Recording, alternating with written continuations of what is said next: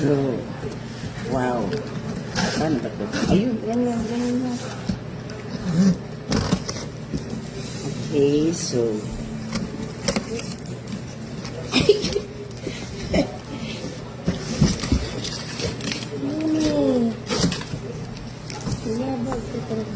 Wow!